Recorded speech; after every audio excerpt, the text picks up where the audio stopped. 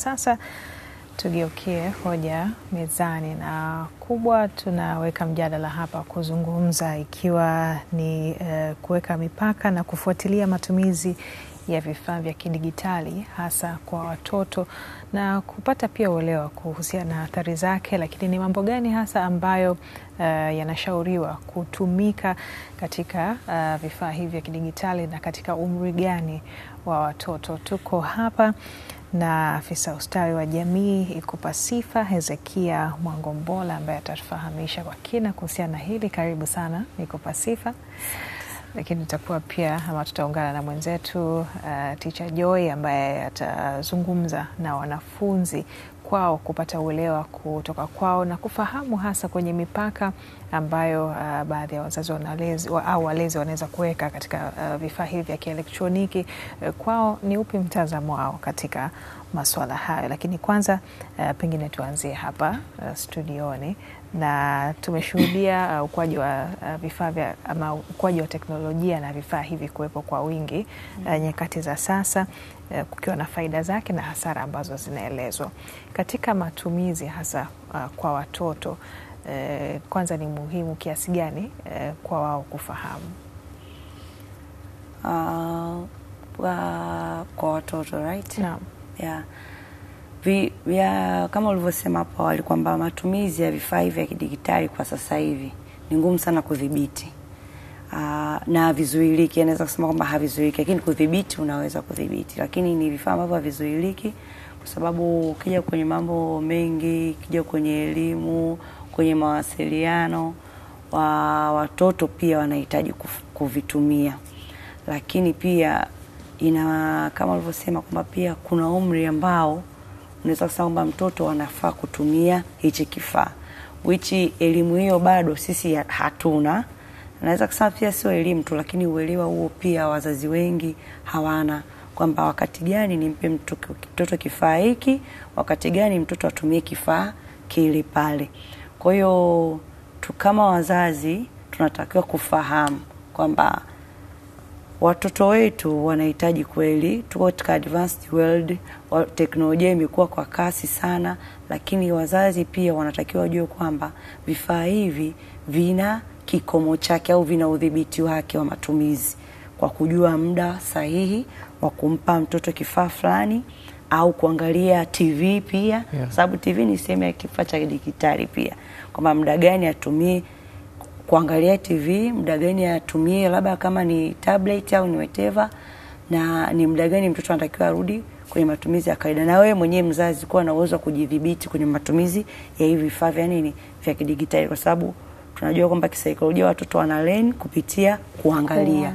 Wanaona what are you doing, unatumia vipi. Mkataza lakini kumbe akikuona wewe unatumia, na wanasema yani kisaikolojia binadamu huwa anapata shauku kubwa sana ya kufanya kitu ambacho amekatazwa.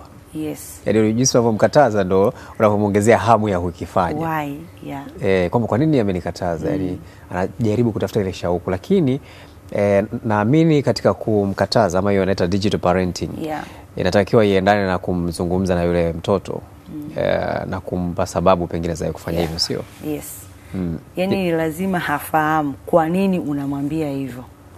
Yani hiyo ni nature ya kila mtu. Wewe usikaje niambia hivi usile kuku, alafu hujanipa sababu ya mimi kula kuku, kati nasikia kila mtu anazungumzia kuku ni mtamu sana. Kwa that means hata mimi lazima nitamla tu kwa sababu nasikia ni mtamu sana. Sasa unapomwambia kwamba usitumie labda simu kwa mfumo huo, labda usiingie YouTube, usidownload kitu fulani, why? Kwa lazima nimueleze kwamba athari zake ni A, B, C, D.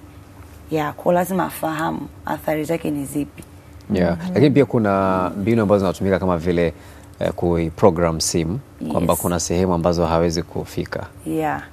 Hiyo ni nzuri sana kwa sababu let we say, yani kwamba katika hali ya uhalisia mimi naweza kusema kizazi hiki kina akili sana kuliko I don't know.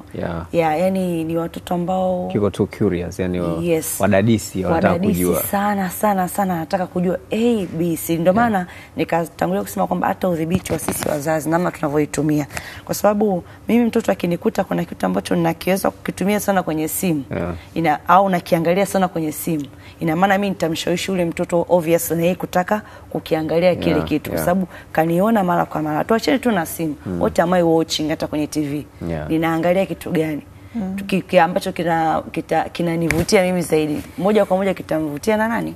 Na mtoto. Sasa mimi nimejidhibiti vipi? Kutumia simu yangu, kutumia tablet yangu. Utamfanya hata ule mtoto awe na nidhamu. Au ni muda gani pia natumia ile tablet yangu? Muda gani nafanya shughuli zangu? Kwa sababu analeni. Mama ameshajiwekea kwamba ikifika saa 2 mpaka saa 3 yeye ataangalia TV, labda ni taarifa ya habari.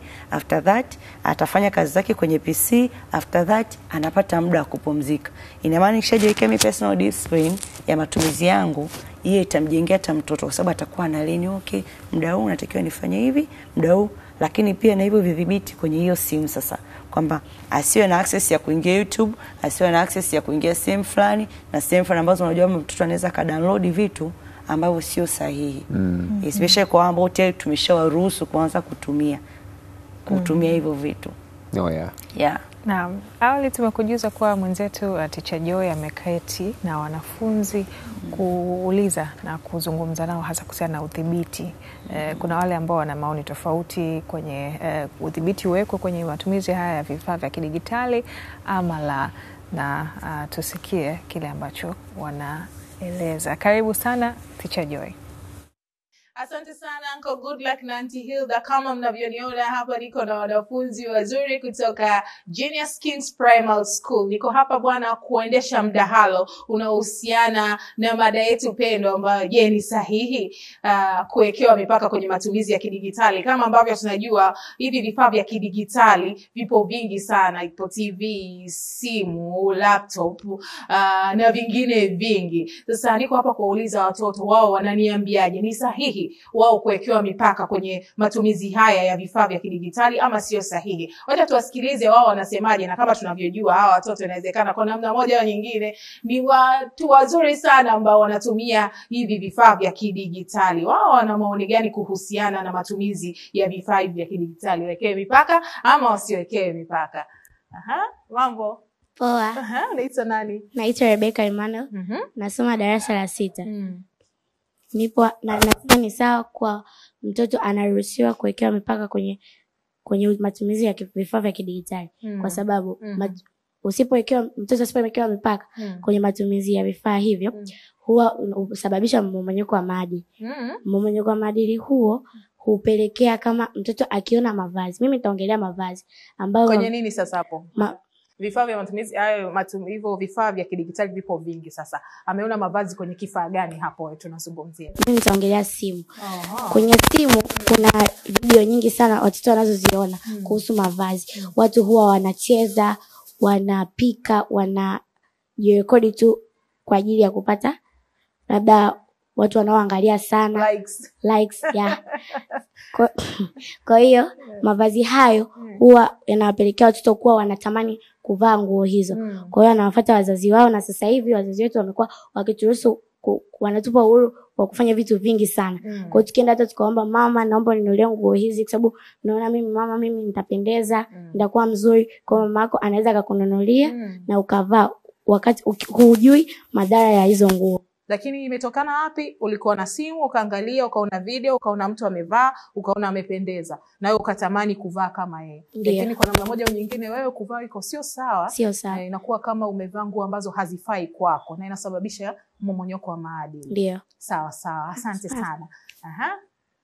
Nipo hapa pia kuongelea kuhusu, nakubali kuhusu kuwekewa mipaka kwenye matumizi ya vifaa vya kidigitali. Nitaongelea smart TV. Alafu nyumbani kuna internet. Hivi kumbe siku hizi nyumbani kuna internet hamnunui nyinyi, hamna kununua bando. Ukifika tu mama amefunga. Kwa ukiacha tu smart TV kila kitu kinajifungua hapo. Nitaongelea kuhusu mmomonyoko wa tabia wa lugha. Sasa kwa mfano mamako hayupo nyumbani, amekuachia TV, amekuachia na internet, unaangalia vitu tofauti, lakini akakuomba usiwe unaangalia vitu ambavyo vinatumia lugha mbaya kama vile matusi na yani vitu ambavyo lugha ambayo hujafundishwa kutumia haifai. Sasa kuna kama vile mtoto umeachiwa TV ukaona mama sasa amesema niangalie vitu ambavyo vinaeleweka, subiri basi niangalie hata kidogo, akija nitabadilisha. Unaeka, unaanza kuangalia zako vitu vya kijinga, unaingia kwa mfano una download matusi, unasikia watu wanatukana, wewe mjinga nini, unasikia. Alafu nao unasema sasa mimi subiri kamjaribishe mdogo wangu. Mamako akirudi ukiona anafanya kosa na wewe unasema, "Mama huyo mjinga." Mamako kwanza anakuuliza umetopi manyingi, unasema mama tu, "Nimesikia." Mamako kwanza anakuuliza umesikia wapi? Unaweza tu kusema kama vile mama tu kuna watu wamesema. Unaweza kuuliza niambie watu gani na umesikia wapi, na unaweza kumuelezea kuhusu hilo. Kumbe ulisikia wapi? Ulisikia kwenye TV. Ndio maana mimi nakubali kwamba lazima tuwekewe mipaka. Kwa hiyo mipaka hiyo kwenye TV inawezekana ikawa TV ina hizo program mbalimbali ambazo zimewekwa, lakini mama akiwa anaondoka anazifungia. Kuna uwezo wa kuzifunga kwamba hapa hii hatagusa, hii hatagusa, hii hatafanyaje. Kwa hiyo anakuwa anazifunga, anaachelea watoto. Kwa unakuta hata ikitokea tangazo, linatokea tangazo ambalo wewe ukiangalia linafaa. Kama alivyosema wenzangu wawili, na mimi ndo nitakachoongelea, sema nitabainisha, nitaperuzi. Kwa hiyo na wewe unasema ni sahihi kabisa kuwekewa mipaka. Tusipewe uhuru. Naweza nikasema hii huweza kusababisha kifo. Kama tuseme kwa mfano kuna mtoto alienda kusearch app ya TikTok, akaenda akaangalia jinsi ya kujinyonga, akafuata kila step ya kujinyonga na ikafanikisha akafariki. Kwa hiyo inaweza hizo vifaa vya kidigitali zinaweza kusababisha vifo, ambapo inaweza ikaharibia watoto ndoto zao zinazofuata za baadaye. Okay. Na mimi hiyo story nilisikia. Kwa hiyo kulikuwa kuna mtoto kulikuwa kuna program ambayo ilionyesha hatua. Ndio. Ya kwanza, ya pili, ya tatu, mwisho wa siku na yeye akafanya, akapoteza maisha. Na akipoteza maisha inamaanisha amekatiza ndoto yake. Tuna ndoto wote, wewe una ndoto. Kwa ndoto yako ni nini? Kuwa rubani. Sasa ukikatiza maisha inamaanisha hautatimiza ndoto yako ya kuwa rubani. Mimi sitakuja kupanda ndege bure kweli. Ndio. Kwa hiyo umeona Kwa hiyo kuna zile program ambazo zipo zikiwa hazijazuiwa, unakuwa unafuata vitu ambavyo pia havifai kufuatwa, kama hivyo mtoto kapoteza maisha kwa sababu ya kufuata tu hatua gani za. Lakini ingekuwa amewekewa mipaka asingetokea. Ndio. Sawa. Nitaenda kuongelea kile ambacho Safina kaongelea kuhusu vifo. Kwa watoto, mtoto anakuta amekaa simu yake anaitumia, simu ikawa inaisha chaji. Akaenda kaeka kwenye charge. Ameka kwenye chaji, ameenda amerudi anakuta simu yake haichajishi, akasema subiri nitumie huko ina charge, anakuwa anaitumia. Baadaye anakuta simu inalipuka na hamna kingine ambacho kimebaki, mtoto amekufa. Mzazi anakuwa anarudi anakuta mtoto wake kafa na kupewa taarifa baadaye. Asante. Na kweli, na hata hapo kwenye unaenda na baba, mnaenda sehemu una mama amekupa simu unatumia, unaendesha gari, si ndio? Unaendesha gari, mara simu imeita, unampa simu inaita, unampoteza. Ukimshtua ajali inakuwa inaendelea, kwa inatokea. I say, kwa hiyo mipaka lazima iwepo. Kwa hiyo simu mnyimwe, msitumie. Kwa una simu? Hapana. Haupewi. Hauna Ndio. Unatamani kuwa na simu? Ningefikisha miaka 18. Wow. Miaka 18 utakuwa ushakuwa mkubwa, unajua kujitegemea na kuangalia kipi kinafaa. Na wewe unayo sasa? Ndio, situmii sana. Au itumii sana? Unayo ila uitumii sana. Umewekewa mipaka. Wewe unayo? Ninayo, lakini mama amechukua ameifungia. Amesema mpaka nitakapoendelea kufaulu na kuwa vizuri kwenye masomo yangu. Sawa. Wewe? Mimi hapa sina. Wewe? Niombe mama wangu aninunulie pale ambapo nitamaliza form 2. Form 2? Ambapo utakuwa na miaka mingapi? Nitakuwa na miaka 14. 14? Ndio unaona hapo inakufaa? Hapana, na hisi itakuwa inanisaidia kidogo kuangalia kama labda wazazi wangu wamekosa hela kununulia dictionary kwa nitakuwa najifunzia kidogo. Sawa. Asante sana. Kaka. Mambo? Mzima? Mzima. Hebu niambie, wewe unaonaje? Ni sahihi kuweka mipaka kwenye kutumia hivi vifaa vya kidijitali? Mimi naona kwamba si sahihi kuwekewa mipaka katika vifaa vya kidijitali kwa sababu hivyo vinaweza kutupa ujuzi wa teknolojia ambapo ujuzi huo wa teknolojia unaweza kwa mfano unaangalia kwenye runinga unajifunza kutengeneza simu hapo ushaelewa unatengeneza simu yako hapo unaweza kupata hela kutoka simu hiyo ambapo unapata ujuzi huo hapo unaweza kupata hela au unaweza kusaidia familia katika mambo mbalimbali. Kwa hiyo ukiwekewa mipaka inamaanisha huo ujuzi wewe utakuwa unapata na wewe lazima ujuzi uone huko. Umefungua zako TV unaangalia hatua za kutengeneza simu. Unaangalia baadaye mtu simu yake imekorofisha, anambia leta simu nikutengenezee. Anakupa pesa. Kupa pesa unaipeleka kwenye familia. Kwa hiyo hakuna kuwekewa mipaka. Nyinyi mpewe mtumie hivyo vifaa kwa namna ambavyo mnaweza. Ndio. Sawa sawa. Asante sana. Nakataa. Matumizi ya vifaa vya kidijitali visiwekewe mipaka kwa sababu hutusaidia sisi kama watoto kukuza ubunifu na fikra huru. Kama alivyoongea huyu mwenzangu kwamba unaweza kujifunza jinsi ya kutengeneza simu na unaweza kuiuza. Ukiachana na hivyo watoto huwa hawawezi kuchora na kusoma vizuri. Ila kutumia application hizi ambazo zipo katika simu zetu. Unaweza kujifunza jinsi ya kuchora, kuandika na kusoma vitabu mbalimbali hata lugha tofauti tofauti kama Kichina, Kiingereza na Kijapani.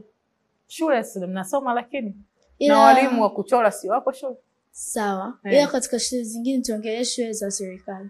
Hamna vitu kama hivi. Kwa sababu kuna misamiati mingine mwalimu hakufundishi. Na ukija kuangalia kwenye vitabu hamna. Na unacho kwenye habari umepewa kwenye mtihani. Na mwalimu pia hajui. Kwa hiyo bila simu huwezi kujua huo msamiati una maana gani. Kwa hiyo unaenda ku-Google pale. Mfano wa neno gumu hilo kama omega. Neno omega maana yake nini? Omega. Yeah. Si kwa kuna alpha na omega.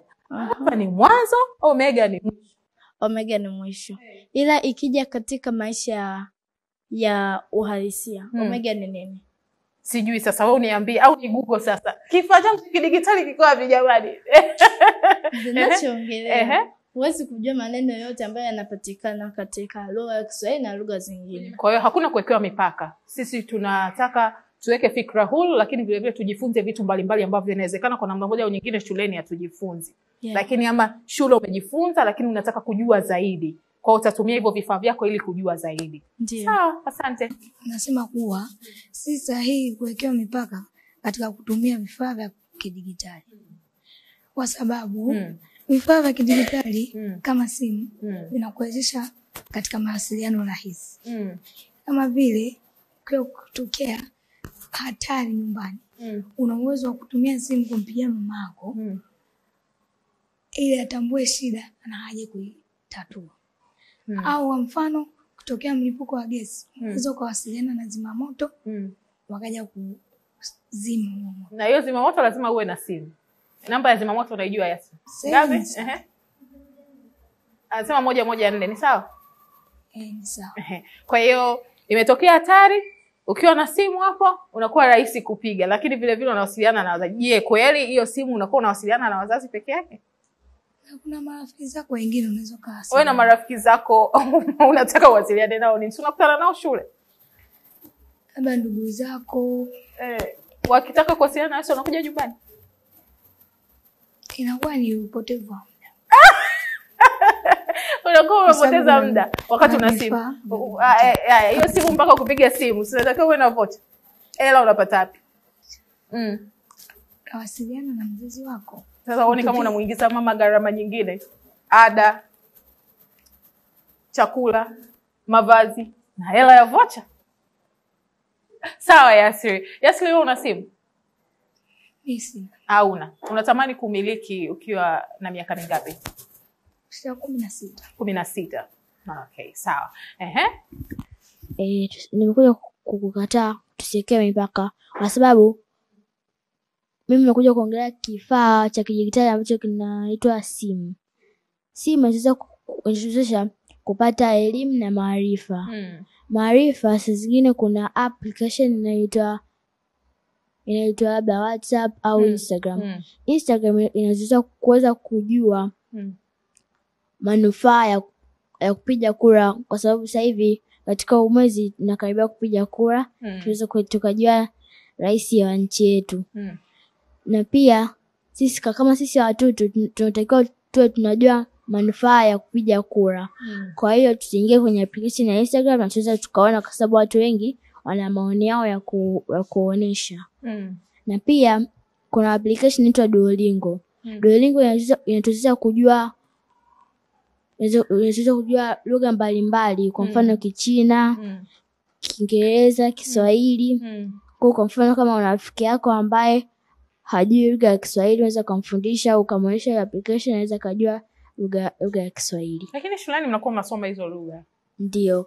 Sasa kuna muda unawezekana haupo shuleni. Unataka uendelee kujifanyia mazoezi mwenyewe. Ndio. Kwa unafungua ile application na kuona soma. Haya, asante sana Uncle Goodluck na Auntie Hilda. Kama ambavyo umewasikia wanafunzi ambao kila mmoja alikuwa na maoni yake kuhusiana na mada yetu ambayo tumeiweka mezani hapa. Karibu tuendelee, tunajadili kuhusu kuweka mipaka na kufuatilia pia matumizi ya vifaa vya kidijitali hasa kwa watoto. Kabla ya mapumziko tulisikia kutoka kwa Teacher Joy ambaye aliketi na kuzungumza na wanafunzi kutoka Genius Kings shule ya msingi kupata maoni yao juu ya masuala ya mipaka. Hapa studioni tunaendelea, tuko na Ikupa Sifa Hezekia Mwangombola ambaye ni afisa ustawi wa jamii, na tumesikia maoni ya wanafunzi. Wapo ambao wanasema mipaka iwekwe, wengine wanasema isiwekwe. Nini mtazamo wako juu ya hili? Of course ukiwasikiliza wana mada zao, wana hoja zao ambazo ni sensitive. Mwingine anakuambia isiwekwe kwa sababu natakiwa niangalie vitu vinavyoendelea, mwingine amesema ajifunze lugha na vitu kama hivyo. Lakini vyote hivyo wanavyozungumzia bado vinarudi mle ndani ya mipaka.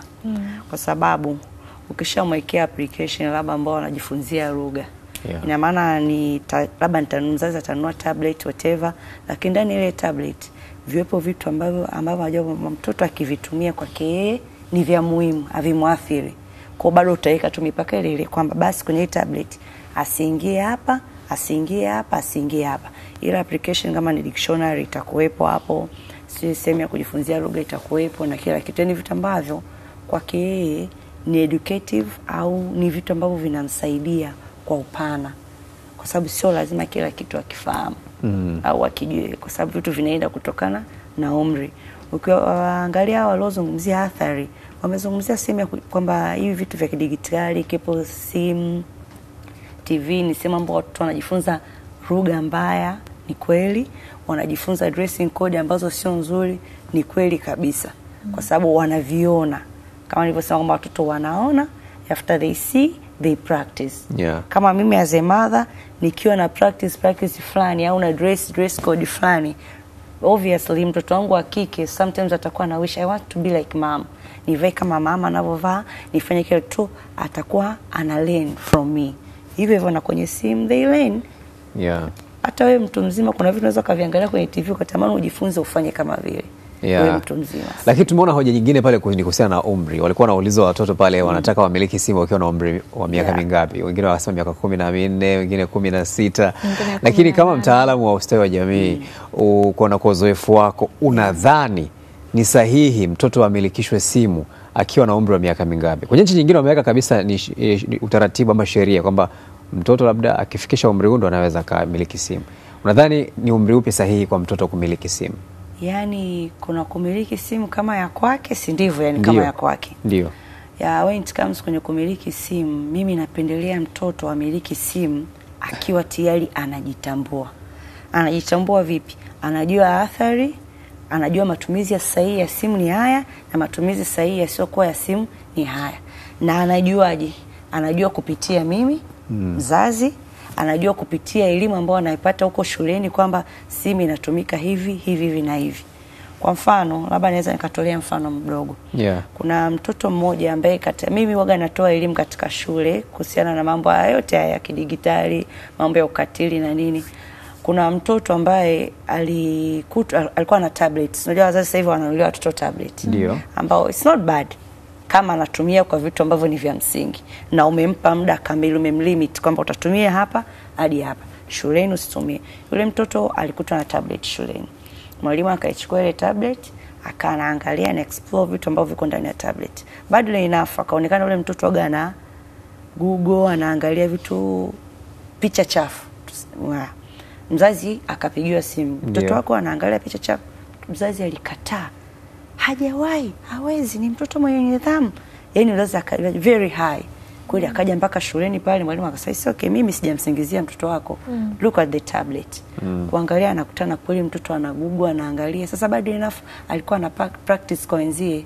Kissing, anataka kwa kiss wengine, lakini vitu ambavyo alikuwa anaviangalia. Na ana miaka mingapi mtoto? He was standard 4. Alikuwa darasa la 4. Obviously kwenye miaka tuseme hapo inaweza kucheza 10 ngapi ya.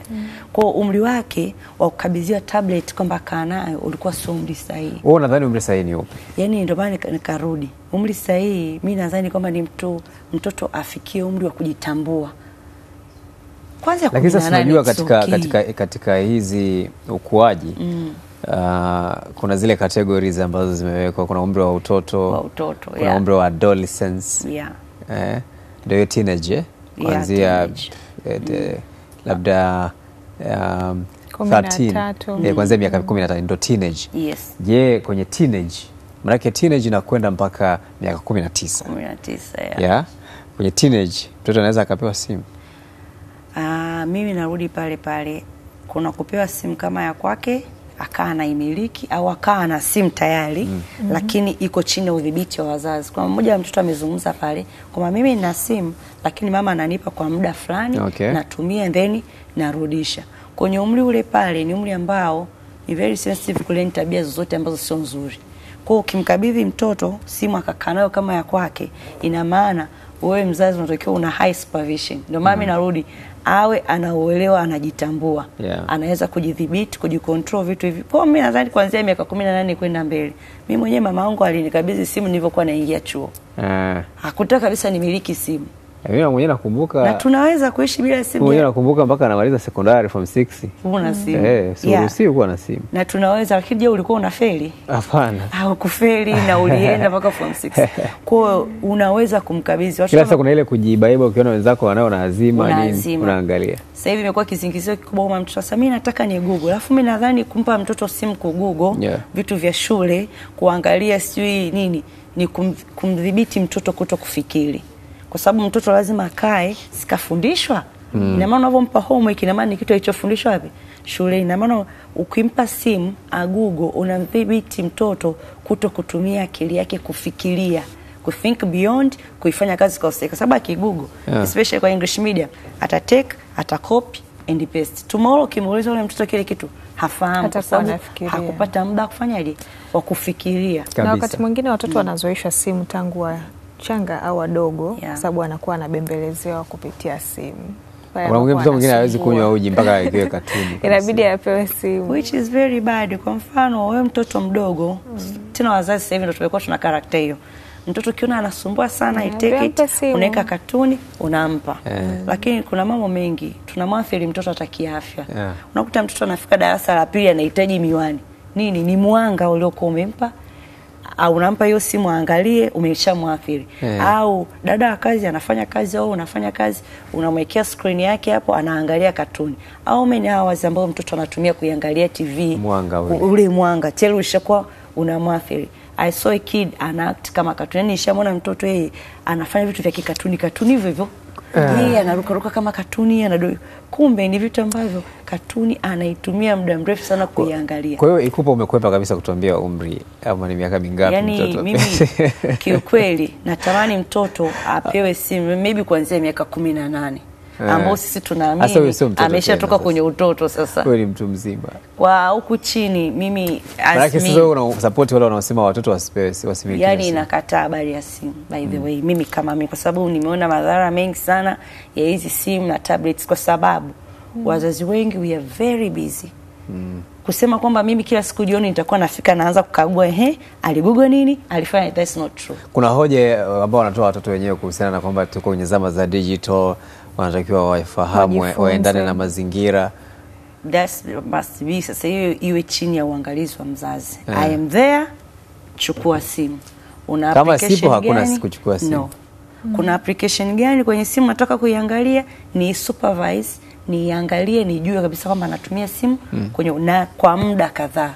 Labda ni unlimited. Nakupa lisali 1.5, angalia unachotaka kukiangalia na mimi niwe nakiona. After that I take away. Kuna watoto wengine wamejaliwa, wamesema kuhusu kujitambua. Kuna wengine hata akifika miaka 13 tu au 12, yani unakuta mtoto anajitambua. Na kuna wengine hata akifika miaka 19. Hajajitambua. Yani hajajitambua. Kwa wanatofautiana pia na wenyewe watoto kuhusiana na uelewa.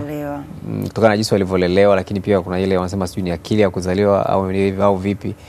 Kuna mtoto mwingine unakuta yeye yuko darasa la 7 lakini unakuta hata anawaongoza wenzake watu wazima nyumbani, anawaelekeza, anamwambia bana hii sio sahihi, yani ana busara kuliko watu wazima. Na huyo mtoto ukiangalia ni malezi aliyokuziwa. Yes. Mtoto yote anaweza kaa very smart, anaweza kaa vizuri sana kutokana na nani aliyemlea, nani aliyemguide. Ndio maana nikasema watoto pia wanaleni kutoka kwetu. If I behave this way, ana behave the way I behave. Kuna huyo mtoto ambaye yuko chini ya uangalizi sana ya wazazi, na kuna mtoto ambaye hana uangalizi wa wazazi. Watoto wawili wakikaa hapa ni watoto wawili tofauti. Ndio maana kwa sababu unaweza kukuta mtoto amefika darasa la 7 anaweza kasupervise familia. Nani alikuwa role model wake? Mzazi wake alikuwa na behave vipi? Mama au baba alikuwa na behave vipi? Ile ndio inayomfanya mtoto wa behave vile. Kwa hata kwenye matumizi ya simu, ndio maana nikasema hata kama katika umri mdogo anaweza akatumia, lakini awe under your supervision. Unaangalia anafanya nini, ana Google nini, anafanya kile na tuambie, let's be free kuambia kwamba matumizi ya simu yana athari hizi na iskwate mwenyewe anakuwa anajua, au matumizi mabaya kuangalia TV, kuangalia vitu vibaya kuna athari hizi. Kwa mtoto anajua mama ananikataza nisiangalie labda movies za kizungu kwa sababu kuna kitu hiki na hiki ambacho kitanifanya nisibehave vizuri. Na wewe mwenyewe sasa uwe mfano. Wewe kama mzazi. So unamkataza afu ndo unaifurahia. Yes, afu unaifurahia. Unakuta umekaa pembeni yake hapo, kuna vitu unaangalia mwenyewe kwenye TV, alafu you're just free, au shtuki au fanye nini, unasema atajiangalia mwenyewe. Ndio maana yani it's better for us kuchukua prevention kuliko cure, which is very bad. Ukishafikia mtoto hana udhibiti wowote, he is just free. Kuna tabia unaanza kuziona zina rise. Where are they coming from? Kumbe ni vitu anavyoangalia. Tupate pia maoni ya wazazi kutoka kule Singida, nini ambacho pia wanasema juu ya swala la udhibiti wa matumizi ya vifaa vya kielektroniki kwa watoto.